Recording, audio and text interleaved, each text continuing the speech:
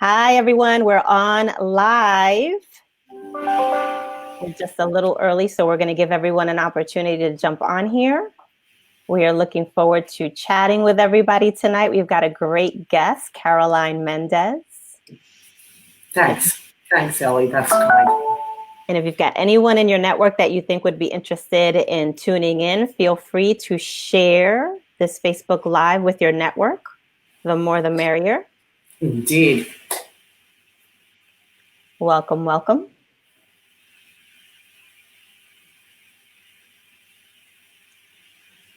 So Caroline, tell our friends what part of the country you're in while we wait for everyone to log in. I'm in Hotlanta, Georgia. Nice. And how's the weather there today? It's beautiful. It's 73. We are so thankful. All it does is rain here now. It's like living in London. So the fact that we have clear skies and 73, it is, we're all just ecstatic. Great. Yeah, we're in New York, and I'm in New York anyway. We've got members from different parts of the country, but I'm in New York. It's getting a little warmer, 40 degrees. All right. A little balmy. It's been pretty cold. It's been a cold winter, so it hasn't been a lot of fun, but here we are. So, Caroline, I am really excited to be here with you this evening. You are an incredible woman leader, and we're going to have a fantastic time for the next 30 minutes or so. So, welcome everyone to the Christian Career Women Facebook Live event, 9 Attributes of a Christian Woman Leader. I'm Ellie Nieves, and I am the founder and president of Leadership Strategies for Women, where I develop seminars and webinars to help women show up, speak up, and step up in their careers. And Christian Career Women is just one of our initiatives, and we're looking forward to building out this initiative. By the fall of this year, of 2019, we will have a website up, and we hope that you will continue to engage with us there. But for now, you can join us here on our Facebook page. We're going to continue to have some additional Facebook Live interviews with some fantastic women. So we look forward to continuing to engage with you here. So now I am going to introduce you to our guest for the evening, Caroline Mendez. Caroline is an ordained minister, a follower of Jesus Christ, a wife, a mother, businesswoman, and a champion for Christian women in leadership. Caroline spent 21 years in corporate America, starting in the mailroom and working her way up to executive management positions in the high-tech industry. For the past 18 years, she has joyfully coached women in their lives and businesses, challenging and stretching them to be fully who Christ intended them to be. Caroline's gifting is challenging Christian women to live their vision and own their calling. She holds certifications as a professional certified coach, certified coach, and certified coach facilitator. She has recently published her life's work at the Lord's Leading, a book titled Threads of Wisdom, and her passion is to instill this wisdom into the next generation of Christian women leaders. Caroline, welcome to the Christian Career Women Facebook Live event. Thank you. It's my great joy to be with you guys. So Caroline, tell our viewers a little bit about you. Well, as you heard, I'm a wife and mother. I've always been a professional woman, which confused me when I came to Christ 13 years ago. There was this whole part of me that the church didn't speak to. They spoke to me as a wife, as a mother, and yet this whole who I was as a professional woman was ignored.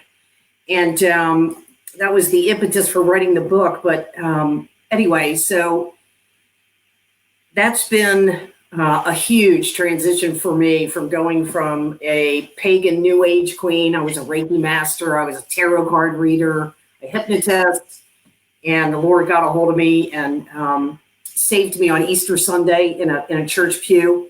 And my life was just a wreck.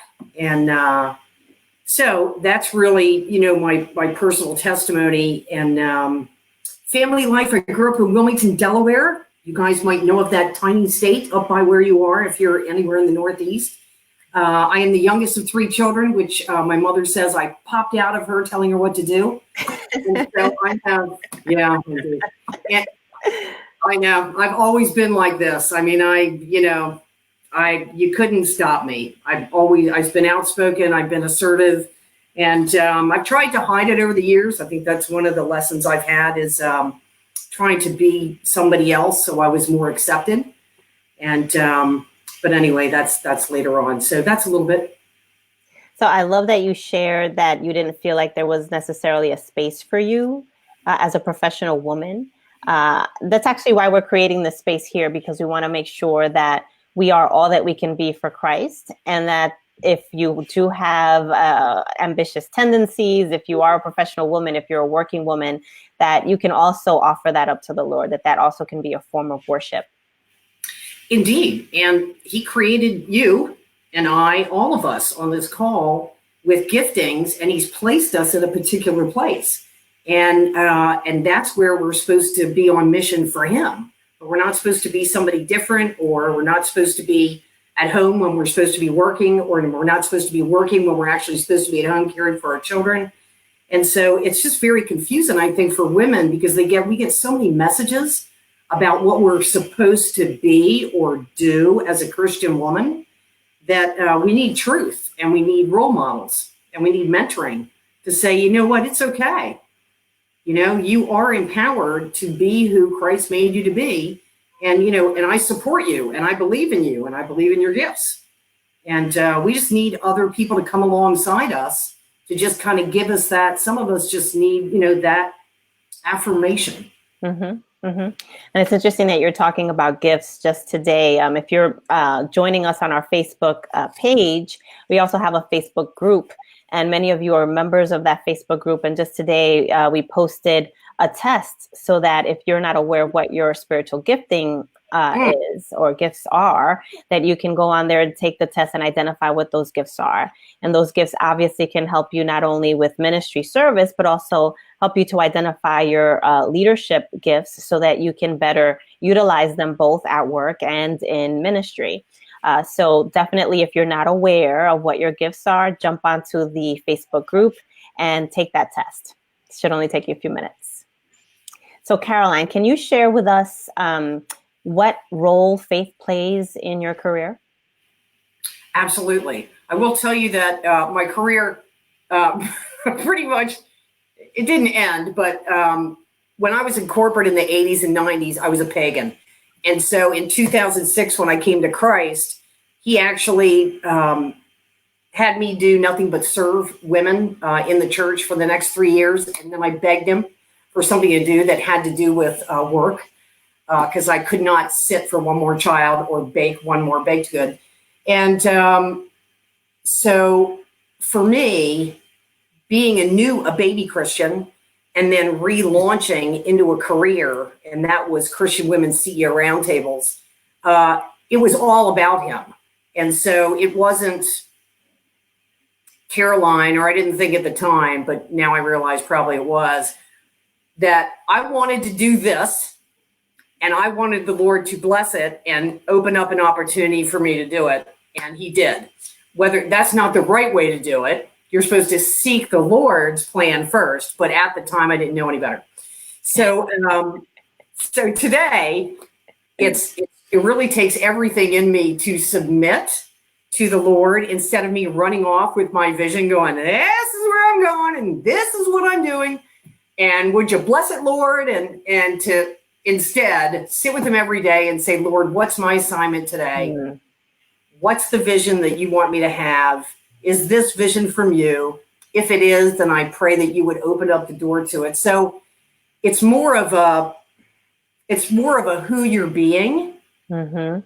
As a Christian, a fully integrated one person that works and loves and lives and plays and laughs, and it's not work Caroline and personal Caroline. I'm one integrated person, and that means that you'll often hear words, biblical words come out of my mouth. You won't hear me preaching, or you won't hear me quoting verse and chapter, but you will hear me speaking Christ's words, so that they permeate whatever it is I'm doing, hopefully, as much as I can, being a broken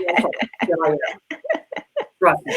That's great. That's great. And shout out to Maisha, who's just wished us a good evening, and she's Hey, good tuning in evening. to us. Yes. Hi, Maisha. So, Caroline, what are some of the challenges that you face striving to attain your personal career goals? So this would be before I knew, before I knew Christ. I would say I was my own worst enemy. And what I mean by that is I did not have a mentor. I did not have a wise older woman. I had some men mentor me in different ways. But I think that I didn't own who I was, ladies. And so that undermined my power and my ability to be effective as a leader. I was fairly assertive and very, there's not a lot of grace. There wasn't a lot of grace.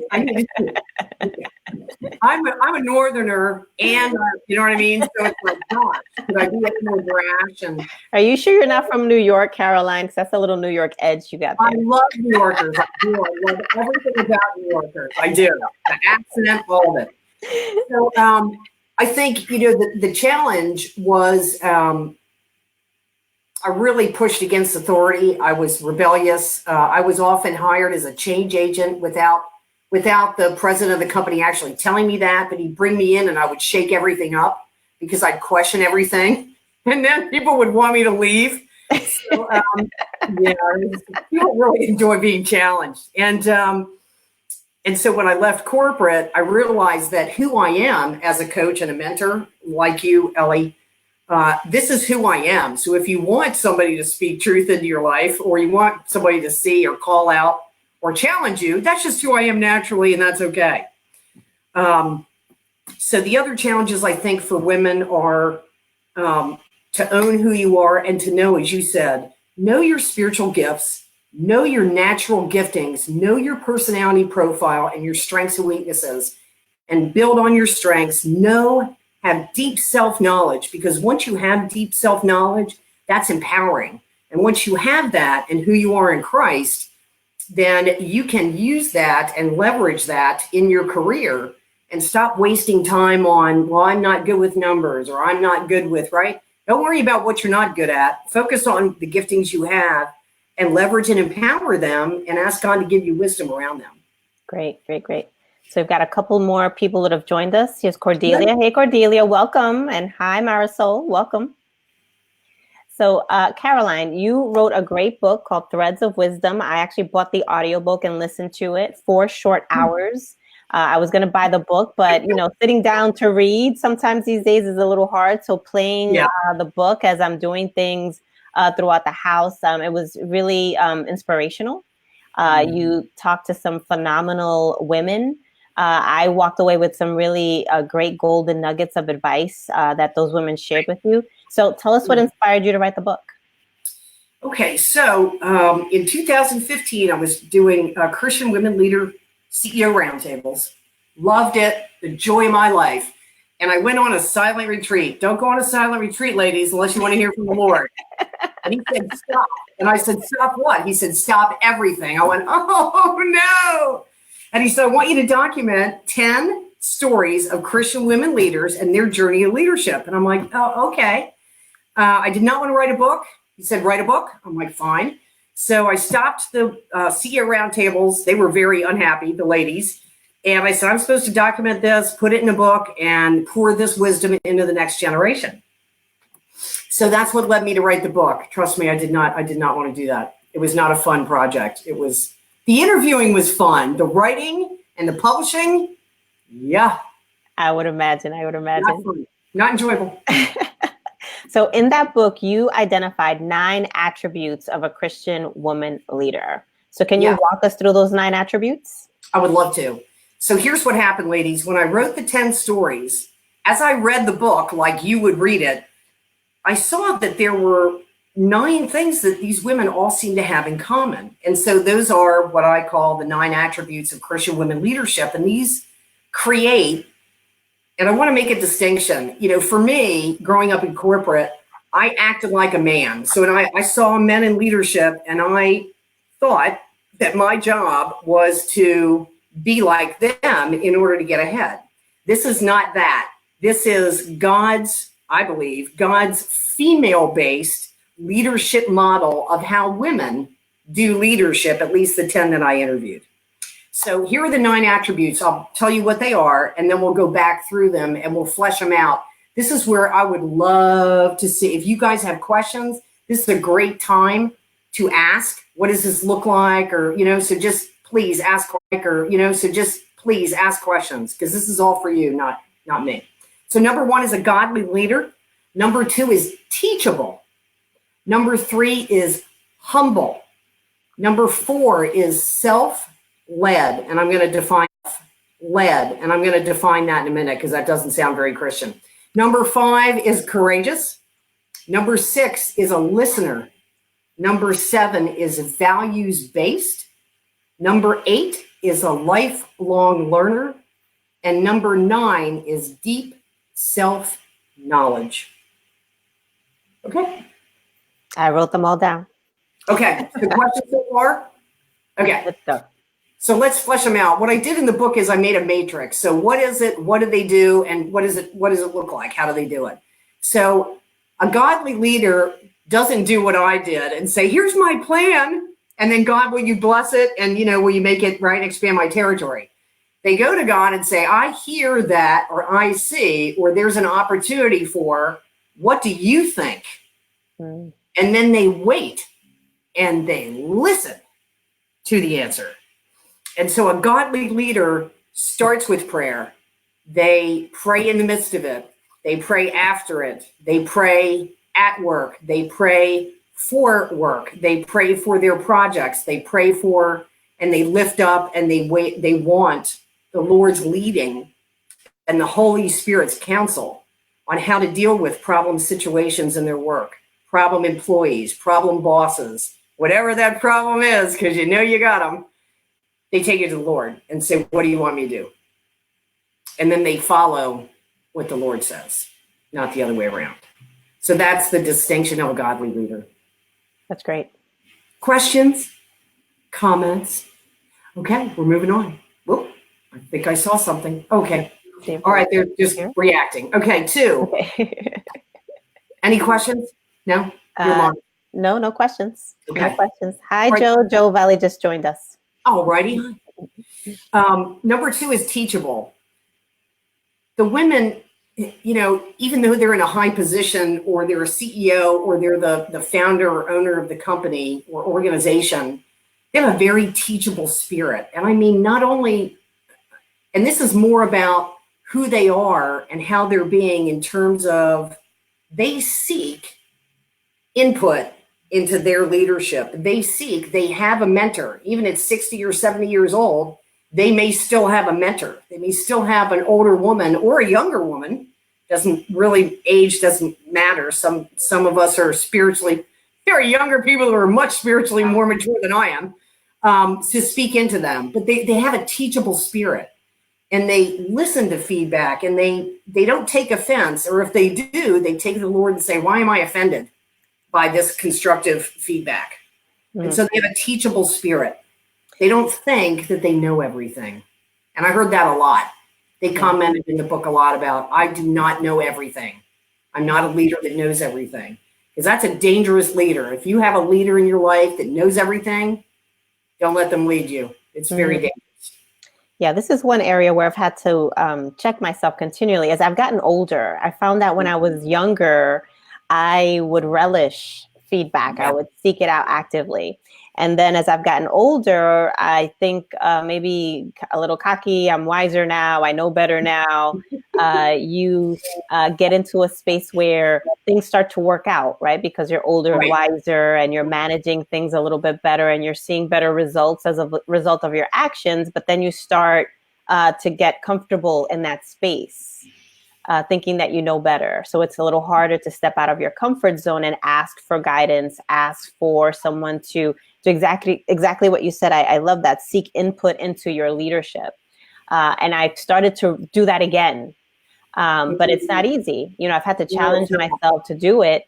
and just step out of my comfort zone and ask the question, hey, what do you think about this? What do you think about how I handle this particular situation? So I love that, seeking input into your leadership. Great. Let me know if I'm taking too long, because I know we only have so much time, okay? So let me know if you need me to speed it up. Humble. Sure. They're servant leaders. They don't say they're servant leaders. Apparently, there's a phrase that says, if you say you're a servant leader, you're actually not. So, but these women don't say they are, but oftentimes they said, I put my team first. I take my team and I take their values and their gifting and their vision of what they want for their life, and we craft and figure out a way to make that happen for them. And when they do, the organization or the team rises. It's an odd phenomenon. It's very countercultural, like Jesus, and really most of his teaching. It's very unworldly to put others first to develop an organization. But when you do, the organization flourishes. Mm-hmm. Mm-hmm. So being humble. Caroline, we have a question from Maisha. Yeah. She says, how do you find a mentor when you are older in years? It seems easier when you are young. Okay. First of all, pay attention. Okay. That's the most important thing. Pray for a mentor. The Lord will always answer that request, usually, right? Pray for a mentor, but pay attention. It could be at the grocery store. It could be the woman you sit next to in church who you never spoke to. It could be a younger woman. It could be anybody. So when you pray about it and you ask the Lord for it, then pay attention. They may already be in your life. You just don't see them as a mentor. Mm-hmm. How's that? Does that help? I love that. And, over the years, my definition of a mentor has changed. I think when we think about a mentor, we often think about a long-term relationship. And sometimes it's somebody who can mentor you for 30 minutes. And I've found that now in corporate America, when I see a woman that's successful and doing well, I'll approach her and say, hey, I see that you're doing really well in this particular area. Would you mind sitting down with me for coffee for 30 minutes and just chatting with me and sharing some input, sharing some insight about how you've been able to be as successful as you have been? And, for those 30 minutes, that person is my mentor. That's beautifully said. And so, to add on to that, is that if you have a particular area of your life that you're seeking mentorship in, then ask the Lord for that, right? If your marriage is in trouble at that moment, then ask for a marriage mentor. And then, right? And then wait for that to show up. But like Ellie said, it doesn't have to be, a year-long relationship or the rest of your life, or it can be in this season at this moment regarding this particular aspect of your life. Mm-hmm. That's great. Okay, here we go. Self-led. This one I got some pushback from some of my friends. Christians are not supposed to be self-led. We're led by the Lord, which we are. But here's the thing. If you don't do your part in leading yourself, and that means discipline. Are you disciplined every day? Are you healthy? Are you exercising? Are you spending time with the Lord? Are you praying? Are you going to church? Are you disciplined in those things you need to do? Because all of these things have to do with the totality of who you are as a leader. If you're weighing 300 pounds and you're eating fast food at lunch every day, that speaks volumes to your team. I don't care, you can go ahead and whack me upside the head about it, but I'm telling you that these women were self-disciplined in terms of priorities in their life, what they put first. God, this is typically their top 3 priorities: God, family, work, or service. That's it. If those things didn't align in their life, if those things, right, then that's how they make decisions. That's how they lead themselves, so that they don't go off chasing rabbits or saying yes to things that have nothing to do with their priorities. Yeah, and this one is challenging for the reason that you said, as Christian women, we're supposed to be led by Christ. But when you're a Christian woman in a secular workplace, right. In a secular workplace, there are expectations as to how you should be performing your work. And one of them is exactly that, what you just said, be self-led or self-motivated, right? They don't want someone to just be there and have to always tell you what you need to do. You need to take the initiative. And it's something that you get rated on. And this is one of the challenging areas whenever I coach Christian women, that I have to walk them through this understanding, because you can't just show up at a secular workplace, especially in corporate America, and say, well, I'm just going to sit here and wait for the Lord to to tell me how I'm going to perform my work today. Right. Right? You know what you have to do for the day. You have a job description. Part of what you're rated on is having initiative. And of course, when you wake up in the morning, the first thing you do is, God, I dedicate my day to you. Whatever is in front of me, prepare me for it so that I can handle any challenge, in a graceful manner, in a way that honors you, in a way that glorifies you. And help me to see where I need to take the initiative. Help me to see where I need to step back.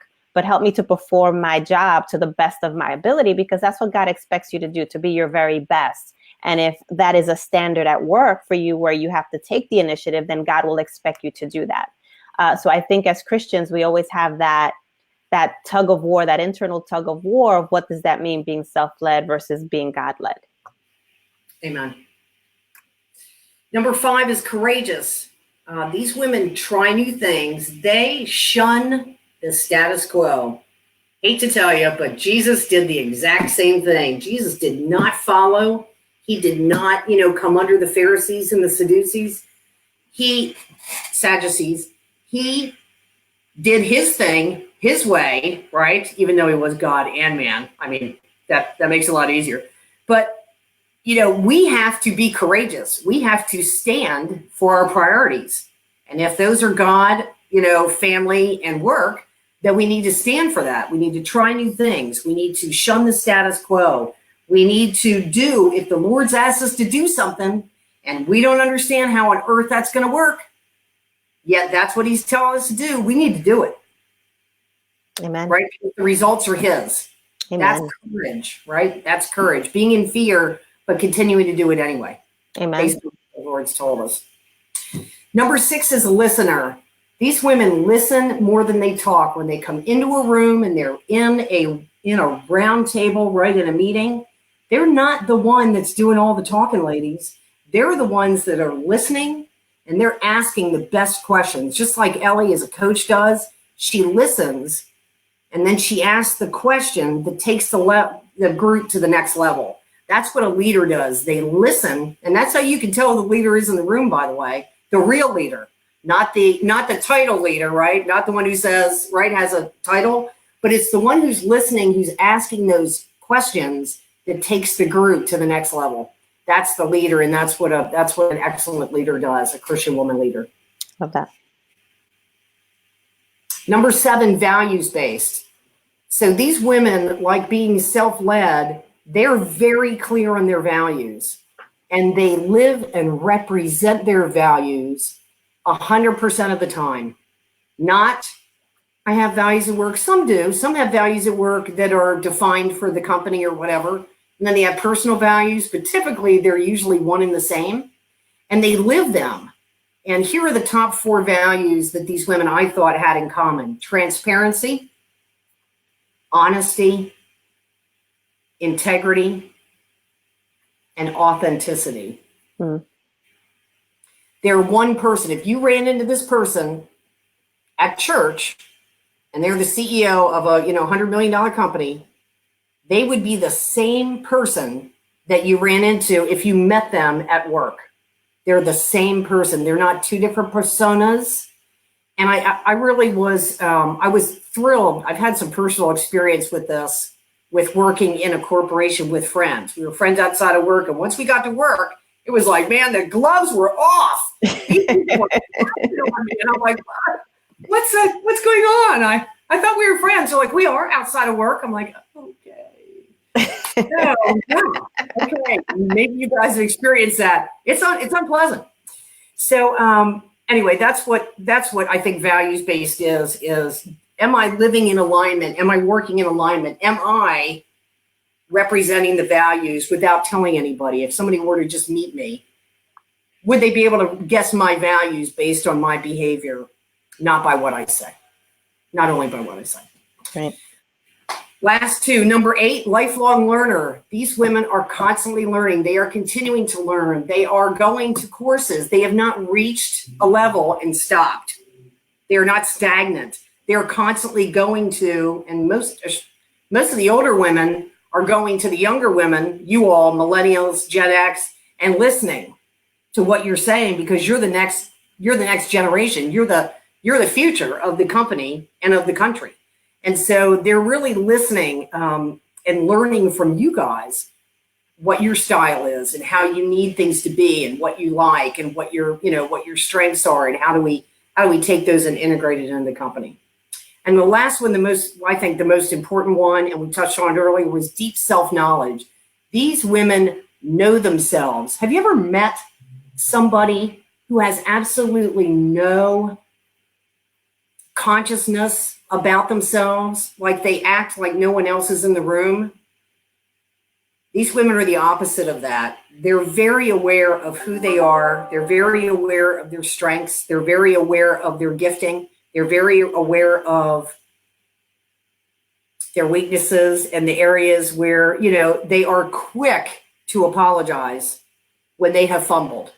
Or they will say, when someone asks them a question, Jim, that's a great question. I don't know the answer to that, but let's find out. Or let's, they don't have to have all the answers, but they do need to know themselves well, because in order to lead, you need to know yourself.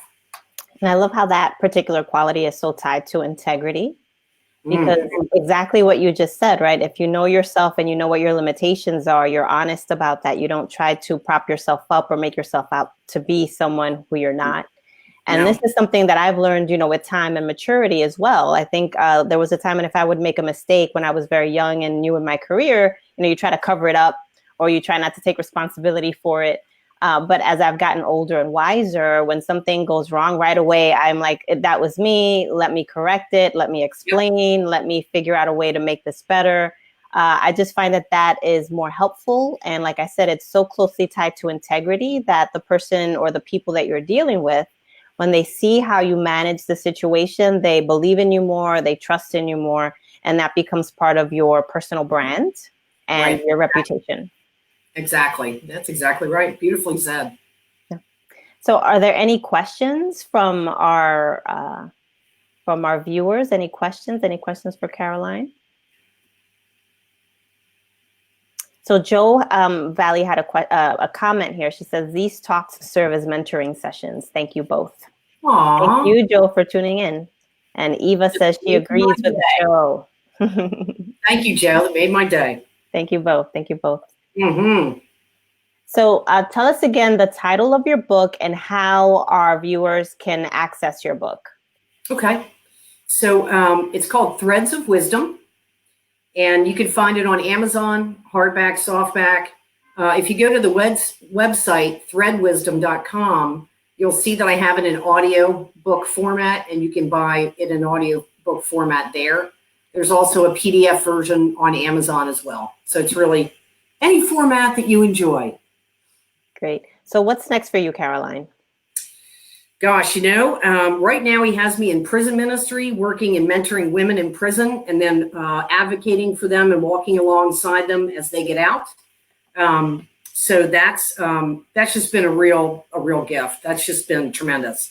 My heart, here's where my heart is, and the Lord is not. I'm obviously not. It's not time yet, but if you were to ask me, could I have anything I want in the world, I would want to take this wisdom and instill it into about 1,000 women, so that then they could mentor other women in the rest of their life, and we could propagate this wisdom to save women pain and frustration and years of learning. And then the last one, if I could have anything, would be to establish a legacy foundation for Christian women in leadership, so that we could have the best tools, because women are not mentored, and there are no organizations, to my knowledge, that teach women how to be a Christian leader, truly in a female-based model. So those would be my dreams, if I had a dream, which I do. That's wonderful. That's wonderful, Caroline. So how can our viewers get in touch with you or follow you? They can follow me on Facebook, Twitter, Instagram. It's all Thread Wisdom is the hashtag.